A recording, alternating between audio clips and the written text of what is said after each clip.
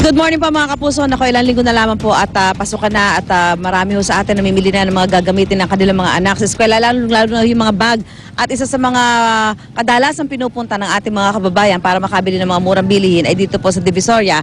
Dahil dito makakabili kayo ng mga bag na nagkakahalaga ng 65 hanggang 250 pesos. Ito po yung mga backpack. Samantalang yung mga body bags naman ay mabibili sa halagang 65 pesos hanggang 150 pesos at yung stroller bags ay nabibili naman sa halagang 250 hanggang 350 pesos. Pero kailangan po pag bumibili ay maging mapanuri tayo sa bibili natin mga produkto para maging sulit yung ating ibinabayad. Ano?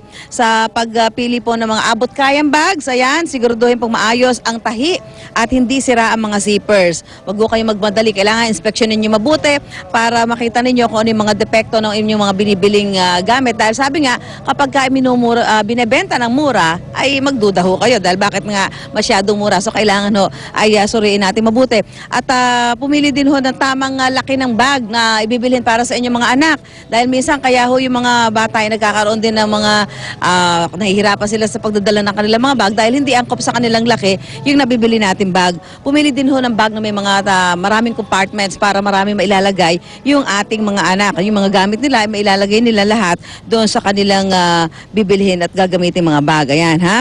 Huwag din ho mag-overload ng mga bag kahit anumang bag kung lalagyan ng sobrang gamit. Kapag sobra na ho yung bigat ay magiging dahilan para madali itong masira. Ang bigat ng bag ay dapat na 10% lamang ng bigat ng bumubuhat nito. Hindi po pwede na mas malaki ang bag kaysa sa bumubuhat. Ayan, ha? Yan ho yung mga dapat tandaan ng ating mga nanay kapag bumibili ho kayo ng mga bag na gagamitin ng inyong mga anak, lalong-lalo na ngayong pasukan. Ito pa ang mga good news natin para sa araw na ito dahil muli po ang nagpatupad ng big time rollback ang ilang kumpanya ng langis kaninang hating gabi. Mula piso at hanggang 50 sentimo hanggang piso at 70 sentimo ang bawas presyo ng big three oil companies ng Shell, Petron at Chevron sa kanilang premium unleaded at regular gasoline, pati na rin sa diesel at kerosene. Ang Eastern Petroleum naman ay nagpatupad ng 1 peso and 60 centavos rollback sa premium at unleaded gasoline at 1 peso and 50 centavos sa kada litro ng regular gasoline at 170 pesos naman sa kada litro ng diesel. Ngayong alas 6 ng umaga naman, sumunod na rin sa bawas presyo ang Total at Phoenix Petroleum. Ang rollback na ito ay dulot pa rin ng patuloy na pagbaba ng presyo ng krudo sa pandaigdigang merkado. Kaya malaking tulong ho yan sa ating mga motorista na medyo naghihigpit sa kanilang mga bulsa dahil malapit na nga po ang pasukan at malaki ang gastos sa gamit ng mga bata sa eskwela. Samantala, ang National Price Coordinating Council o PCC, NPCC ay magpupulong mamaya. I-update po ng PNCC o NPCC ay ang publiko kaugnay sa presyo ng mga pangunahing pangangailangan at iba pang produkto sa naturang pagtitipon. Pag-uusapan din po ang supply ng mga produkto. Ang pulong ay pangungunahan po ng Department of Trade and Industry na si Secretary Gregory Domingo na siya ring chairman ng NPCC. Ayan, pag-uusapan ho dyan siyempre yung mga produkto ho ng mga pangunahing pangangailangan ngayon ng ating mga kababayan, lalong-lalo na nga po ang presyo ng mga school supplies dahil ilang linggo na lang ay balik na po tayo sa eskwela ang ating mga anak. Samantala, balik tayo kay Arnold. Maraming salamat, Susan Enriquez. Samantala, balik tayo sa mga balita. Isang ininalang karnaper ang patay matapos makipagbarilan sa mga pulis sa Tanawan City, Batangas. Sa Tanawan City pa rin, isang bangkay ang lalaking ang isinilid sa plastic bag na natagpuan naman sa gilid ng kalsada. Narito ang Natsyata Probinsya, Ate DJ Sabale. Noong una, akala ng mga residente ay basura lamang ang laman ng plastic bag na ito.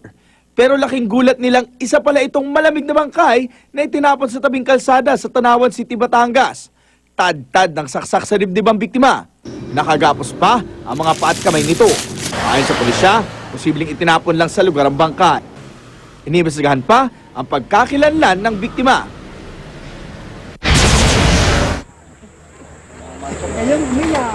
Sa Tanawan, Batangas pa rin, patay ang isang hinihinalang karnaper matapos makasagupa ng mga pulis. Sa ulat ng pulisya, dumulog daw sa kanilang himpilan ang biktimang si Mel Terry Medel. Humingi ito ng tulong matapos umano siyang tutukan ng baril ng sospek at agawan ng minamaneho ng tricycle. Agad responde mga pulis hanggang sa abutan nila ang sospek na minamaneho pa ang umunoy nakaw na tricycle. Bigla raw nagpaputok ang sospek kaya napilitang gumanti ng putok ang mga pulis. Nabawi ng mga pulis ang tricycle habang na-recover din ang ilang armas na ginamit ng sospek. Inaalam pa ang pagkakilanlan ng napatay na sospek. Para sa unang balita, Jay Sabale, reporting. May bagong modus sa pagnanakaw na target ng kabataan. Yung tinatawag kong tutok kalawit kung saan nagpapanggap na tanod ang mga suspect para makapanakot at makapambiktima. Sa Malabon, nakunan pa ng CCTV ang isa sa mga suspect. Darito ang exclusive report ni Haji Riata.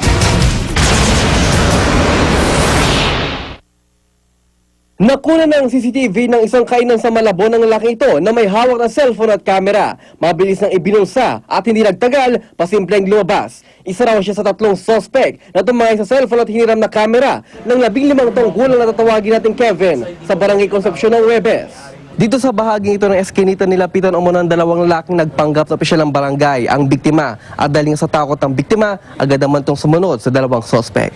Pinagbibintangan akong kasali sa isang grupo na bumugbog dun sa lalaki. Tapos dadalhin daw po ako sa isang clinic kung saan yung may nakuhang picture na kasama daw ako. Pagkakbay kay Kevin, kinuha ng mga suspect ang kanyang cellphone at camera. Ipagkakatiwala raw muna ito sa isang tauhan ng kainan. Pero sa kuha nga ng CCTV, ibinulsa ito ng suspect. Sinabihan to si Kevin na maghintay sa isang poste, pero tumakbo na ang mga suspect. Natakot din dahil baka may dala yung mga nanunutok na yun. Ayon sa Malabon Police, bago raw ang modus na ito na kung tawagin ay tutok kalawit. Nagpapanggap na opisyal ng barangay ang suspect, pero mambibiktima pala. Karamihan kasi binibiktima nila mga estudyante. Mga estudyante, kung di rin naman kayo kailanganin yung mamahaling gadgets, huwag nyo nang dalhin. Sana po hindi po sila mabilis magtiwala sa isang tao hindi naman kilala. Para sa unang balita, Haji Rieta, reporting. Samantala, tricycle driver patay sa pamamaril sa Commonwealth Market sa Quezon City. Para sa detalye, may live report si Oscar Oida. Oscar. Yes, Rhea, kasalukuyang nagsasagawa ng investigasyon ng mga pulis kaugnay nga sa nangyaring krimen dito sa may tapat ng Commonwealth Market sa may barangay Commonwealth, Quezon City. Mangyari kasi, Rhea, bandang alas 4:30 ng madaling araw ng pagbabarilhin hanggang sa mapatay ang isang tricycle driver na kinilala sa pangalang Riddle Calica. Ayon sa mga saksi, kasi simula pa lang daw noon sa pamarsada ang naturang biktima ng lapitan ng 2 suspect. Armado umano ng kalibre 45 baril at pagbabarilin ang biktima. Agad namatay ang biktima habang mga suspect naman ay tumakas lula ng isang motorsiklo.